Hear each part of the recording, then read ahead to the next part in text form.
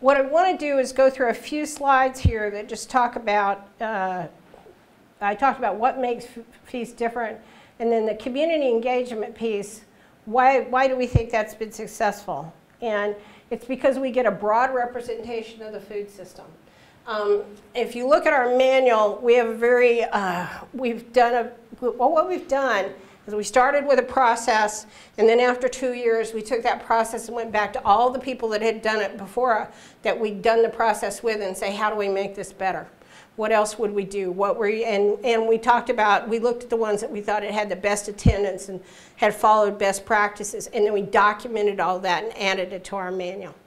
So broad representation of the food system is really important, and we do not exclude the corporate food system purposefully. We invite everybody. Sometimes we do get the big farmers. We don't get the big grocers because only once have I had a Safeway manager, which is Safeway Albertsons, or it's now the same chain. I've had a Safeway manager come in a really small town, and he had to go through all kinds of steps to get approval to be able to sit down and talk about his business because he was a corporate grocery store. So we very seldom get them, and sometimes people will be upset with me. Well, you didn't invite Safeway. Well, yeah, I did, but they can't come, and they don't understand that. We also do our best to include grassroots and grass tops. The other thing I said is we're getting all these different people in. I've had, in fairly sizable communities, I've had the entire city council show up because that local leadership team went and did the outreach and got those folks into the room. County commissioners, when I did the feast on the south coast of Oregon in Curry County, which is a little tiny fishing community, 30,000 people in the entire county. It's strung out over 100 miles from one end to the other. We had 110 people show up. We had the mayors and we had the county commissioners all there, and a lot of city council folks. And that was because the local leadership folks really systematically went and recruited those folks to come in and be there. So it's about building that constituency. The other thing is we meet people where they are. So we figure out where's the best place that people are going to come.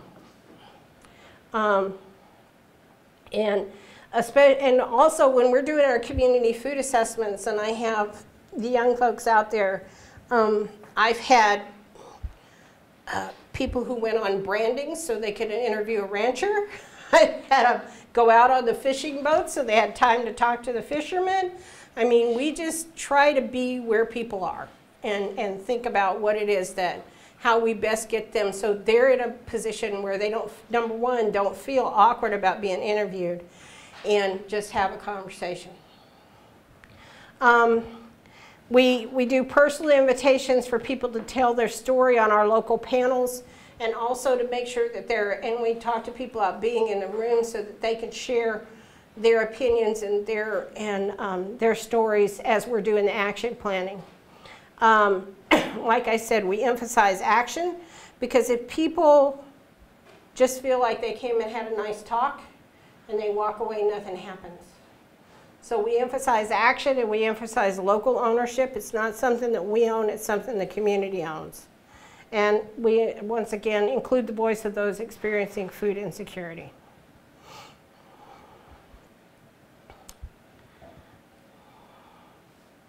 So, John, are you ready for us to get food, and then I can start this next piece, talk about this next piece? Yeah, let's do it. Okay. John's putting food out there. Shrimp on the side. So I just want to start with what are our basics. So what are we talking about with a food system? So this is a pretty simple description of a community food system: production, processing, distribution, consumption, waste. Can't forget the waste piece. And a sustainable food system integrates elements to enhance the environment, economic, social, and nutritional health for everybody. So this is kind of the simple way of thinking about it. An awful lot of people think the food system is the grocery store, and that's where it begins and ends. So this is kind of an eye-opener. But anybody who's really involved in food systems knows this is what the food system looks like. It's much more complicated. You know, one of my favorite things is that if you think about that box of Wheaties that used to be out with Tiger's Woods picture on it, where did the money from that box of Wheaties go? How much did the farmer get, and how much did Tiger get? And the farmer got 12 cents, and Tiger got $1, and the box of Wheaties cost like $4 and something. And there's something askew in that, and who all was involved. And a lot of what goes into, you know, where the money in food systems goes in the corporate food system is to marketing, and so on. So these are all pieces of the food system. And increasingly, you know, this is a community-based food system, so there's all kinds of folks involved. And there's a lot more advocacy and education folks involved than used to be, and there's funders, public and private funders involved, and community advocates and policymakers. You know, several years ago I was told by the Oregon Farm Bureau that farming and food is the business of farmers and everybody else needs to stay out of it, and that's just not the reality of the world these days. And it wasn't the reality of the world then, but they thought it was. So, and this is sort of what your food system looks like, different pieces of your food system. I love those Berkshires up there. And then it gets more complicated because of food banking is a piece of it now, and certainly SNAP, which I love that you guys call it Louisiana Purchase here. I found that fish, I think that's local. And I know this is a local farmer's market picture. I have to admit, I think the chickens were from Hawaii, but anyway, that was a Hawaii picture I had. So what, you know, food system looks different to everybody. I haven't seen a max market yet. That was what online I could find that looked like the most local market. It's regional market. Yeah. Okay. We went into Albertsons today, so. Yeah, I know. Made you break this fork over there saying Albertsons. It's where John took me. Talk to him. But I do want to find a max because they looked really interesting. And go look at it. They vary. Walk through them. From location to do they? What they carry, but they try and carry local produce when they can. Well, their advertising is real interesting on the internet. There's one on Jackson Street Extension. There's one in Pineville. Is the two? Well, they're in there. So Jackson Street Extension is, which way do I have to go on Jackson Street? That way? Okay. All right. Trust me, you'll know when you're on Jackson Street Extension. Okay. He gets busy. All right. Yeah. It gets busy. Yeah. Okay. All right. So, yeah, he also drove me past Silver Dollar Pawn Shop today, which when I saw it, I knew exactly what pawn shop it was. But, so this is what we use as our sort of our descriptor of community food systems. So small farms, sustainable distribution, local markets, people growing and preserving their own food.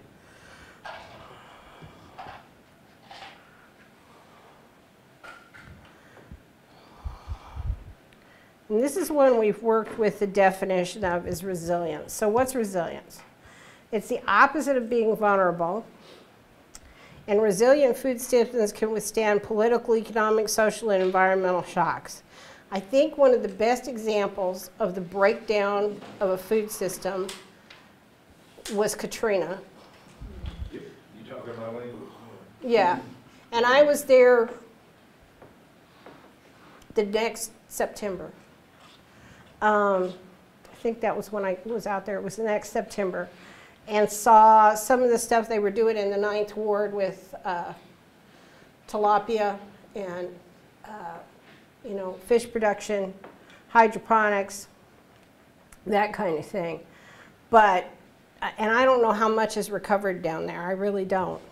But, you know, probably one of the starkest examples I've seen of the lack of resilience in a food system. And then resilient individuals and households and communities are less vulnerable to changes in and fortune that push others into food insecurity. So we'll see people who, their income will go down, but they don't become food insecure. Maybe they don't eat this quite the same way, but they're still doing fine, you know. And then you'll see other people who, you know, that loss of income is devastating, and they just can't make ends meet, and they don't have food on the table. And I think that it's the people with skills and experience who end up being are the resilient ones, and people who don't have skills and experience around food systems and around their personal food system don't do nearly as well. And that's a challenge. When you say food systems can withstand political, economic, social, environmental shocks, I think about 2 weeks ago I was listening to economic development for Louisiana, and they want to open up a market to Cuba. Yeah. So you know, Cuba getting their food somewhere else. And how would you think that would impact, you know, sustaining the food for Louisiana when, you know, if there's more money in shipping? Well, usually if they're opening up those markets, I mean, you know, there's this, we kind of have this food system that's broken into two pieces. There's the global food system, and that has very little effect on local people usually, even when they expand sales. In Oregon, you know, we export our wheat, we export our cherries, we export apples, we export cranberries, that kind of thing. And the local economy doesn't see the difference. One of the challenges is, though, is you're putting all your energy into raising this product to export to wherever it is you're sending it. And often the people producing the food and living in communities where you're producing the food do not have access to food, because that food's not being sold to them. I mean, I work in communities, ranching communities in Oregon, that they produce thousands of heads of cattle.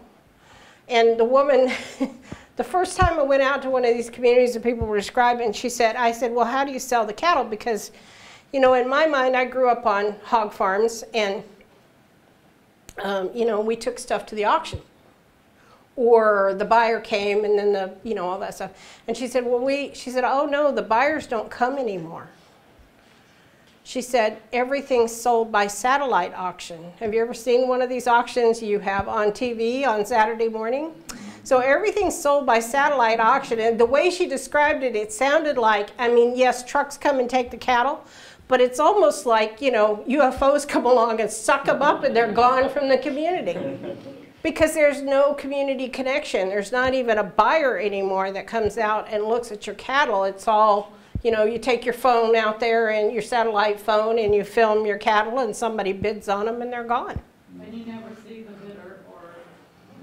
And because USDA processing has gone away and on a small scale, there's no place like this school that I'm talking about. There's no place to take locally raised cattle and get it processed at a USDA processor so that it could then go into the school lunch program, even if the cattle ranchers want to donate.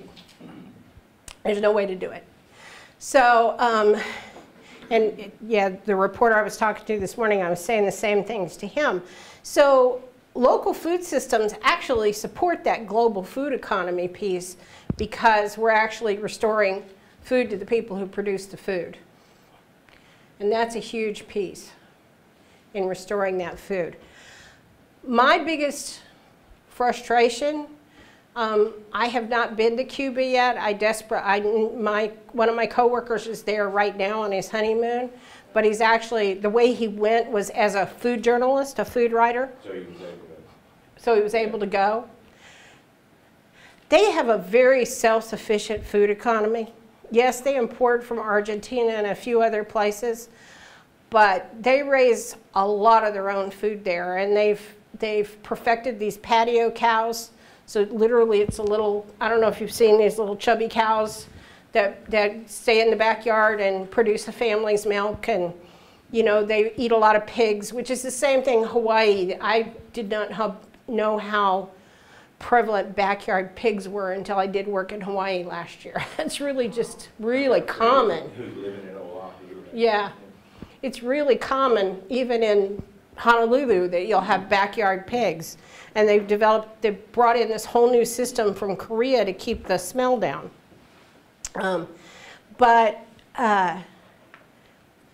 It's going to be a sad day because it's going to destroy their local food economy when they can get their hands on all the food that comes from the United States. Yeah, I wish we would go there and learn, right? And Yeah, that's right. We need, and that's what a lot of my fellow, the best from both right, instead of just, yeah. And that's a lot of my fellow community food system folks are trying desperately to do, is to get down there to learn before it's gone. It's totally gone. Although if it's really resilient, at least some of it will remain. Hopefully, yes. Yeah. I know one of the things that they're really excited about is, and I think those tractors are produced here in Louisiana. Some kind of a small tractor. And they're really excited about getting their hands on that piece of equipment, and the people that are going to sell it to them are really excited because it's going to basically revive their business. Open up a whole new market. A whole new market with these small tractors. They're small, mostly hand-driven kind of a tractor cultivator thing, but more than a tiller. Right. There. So you asked me the food security question. This is our definition of community food security. It comes from a fellow named Mike Hamm and his colleague Ann Bellows. I think they were at Cornell when they actually wrote this. Mike is now a professor emeritus at Michigan State. But a condition in which all community residents obtain a safe, culturally acceptable, nutritionally adequate diet through a sustainable food system that maximizes community self-reliance and social justice. So when I talk about this, I talk to people about the fact that, you know, it's not just it's not just about that food at the grocery store. It's about the person who sells it to you and checks you out. And you know, if you're sitting in the restaurant, is that person who's actually serving you food secure? You know, it's the whole picture. And a grocery store salary used to be a job, used to be a really good thing. I worked for Kroger's for 6 years. I had full benefits that I never paid a penny for, including the best dental I've ever had in my life. I got profit sharing. I had a good salary that went up on a regular basis. And now it's a race to the bottom in the grocery store industry because everybody's trying to sell it and do it cheaper. And they're competing with the one big guy, and so who pays a lot less than the rest of them do. So this is what we really came here to talk about, with organizing. So this is definition that I coined for community foods organizing. Process of bringing together a variety of stakeholders to reshape a local food system that is more responsive to the needs and assets of the community. So the goal of that organizing will be a healthier community, promote and celebrate the culture of that community, and seek to improve the community's economic well-being. So I said I grew up in Iowa and North Carolina, and my parents, we were on a family farm that we then lost in like 1959 when a lot of small farmers went out of business. And, but the thing was, we moved from community to community. So we lived in a German community and a Danish community and a Swedish, you know, and every community had its own food culture that celebrated its culture.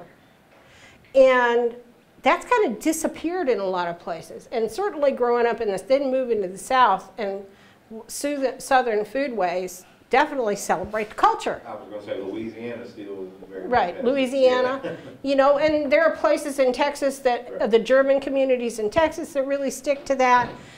But sadly, by the time that got to Oregon, there are communities, there's one community that's all Norwegian and Danish, and you can't find anything there. And then there's another community that's got a huge Japanese population.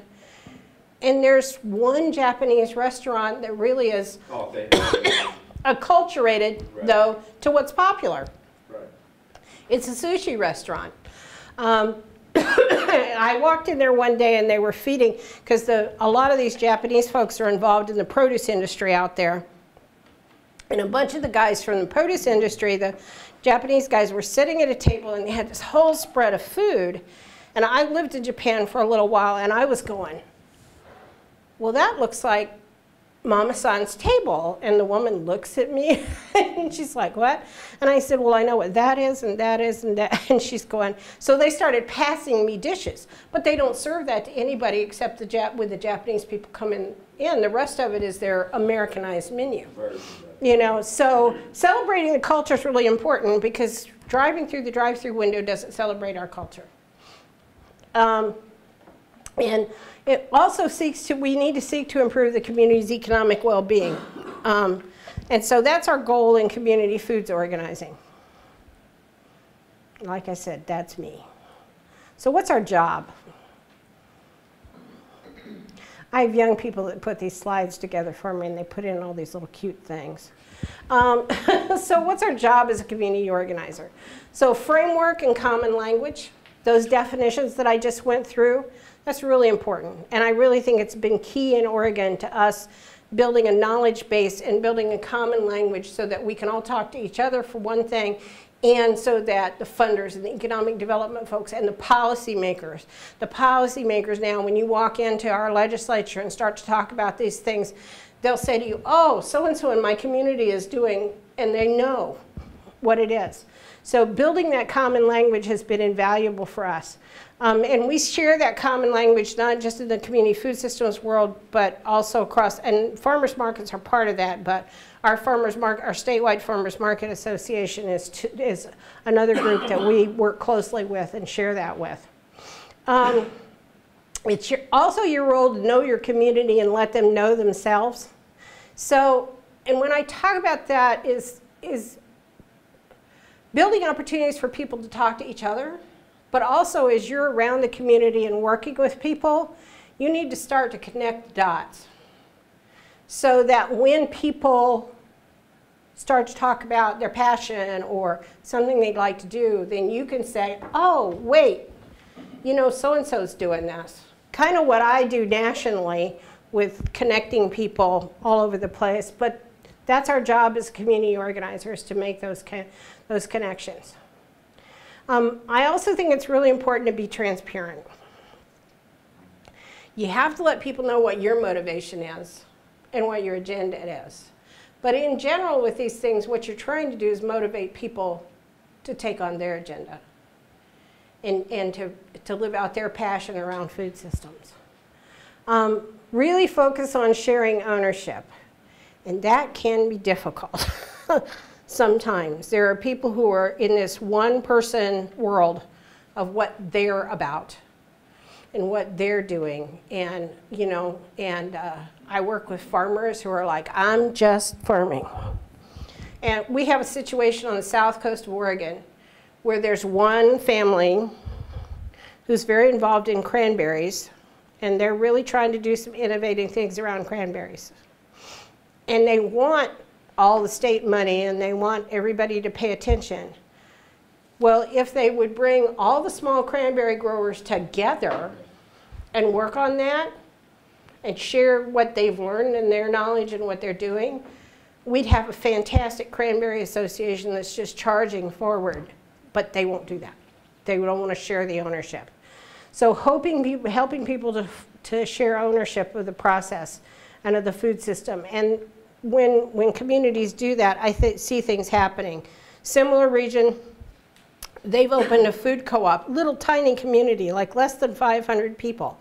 But their grocery store disappeared a while back, a few years ago. And now they've started a co-op, and they're just going great gangbusters down there. They've got a tourist community that comes in, and they actually have a place to go to a grocery store. And you know, the fishing industry is there. You may have seen this. It's the only place in the United States, at least on the west. No, I think it's the only place in the United States where they have a lift dock.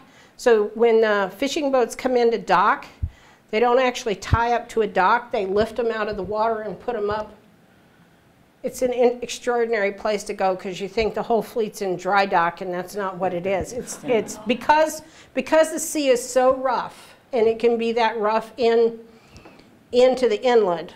They pull the boats out. So extraordinary place, but same thing. It's been hard to buy their seafood there. So they have started something called Port Orford Ocean Seafood.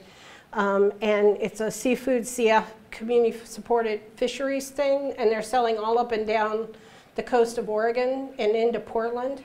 And they just got $250,000 from USDA Rural Development to really move it forward, which is extraordinary. And it's a group we've been working with for a few years now. What was their name? Port Orford, O-R-F-O-R-D, Ocean Seafood. Yeah. Port or poor? Port. P-O-R-T. Yeah. They're just doing a really amazing job with that. You need to meet people where they are. I talked about that before. I have people that go out and they'll, go on a branding, or they'll be at some harvest event, or they'll go with somebody to the auction, or whatever it takes to figure out what people are doing. One of the examples of that, you're talking about nutrition education. When they started doing SNAP-Ed a long time ago in North Carolina, of course it wasn't called, I don't know what it was called at that point, but it was food stamp education. And they got a bunch of money, and they hired a bunch of para-professionals to do nutrition ed, and they trained them. And they went to people's houses to do the nutrition ed classes. So they were doing it with people in their kitchen. They knew what their equipment was and so on. And it was extraordinarily successful. Expensive, and that's the kind of thing, is just learning about people's situation. Another thing that we have to do is cultivate leadership. A lot of times you'll get, I'll go to these events. One of the things we do with Feast, and when we're doing our organizing process and doing our action plans and getting people to take charge of a specific group, we try really hard to not predetermine who's going to take it. We don't set up facilitators or ahead of time for each group. We let that emerge from the group. The SNAP-Ed, they used to do that here, and I hear about it. I've only done this job for about a year and a half now. And, but they used to do that here, and I hear about it often. They just loved it when they would come into their homes and do the demonstrations in the home. Mm-hmm. They don't do that anymore. No. I don't know why. It was expensive. It took time, but it was, yeah, and safety could be another reason, but yeah. And the other thing organizers need to do is create strong community bonds. So part of that is about just pointing out people's commonalities and weaving it together. And a lot of times you as an organizer will see things that people themselves can't see. About commonalities, or you'll discover something that creates a connection. And so building those strong community bonds, and sometimes you'll see a connection that has nothing to do with the food system, but actually can help you build allies between people that you need to have allied.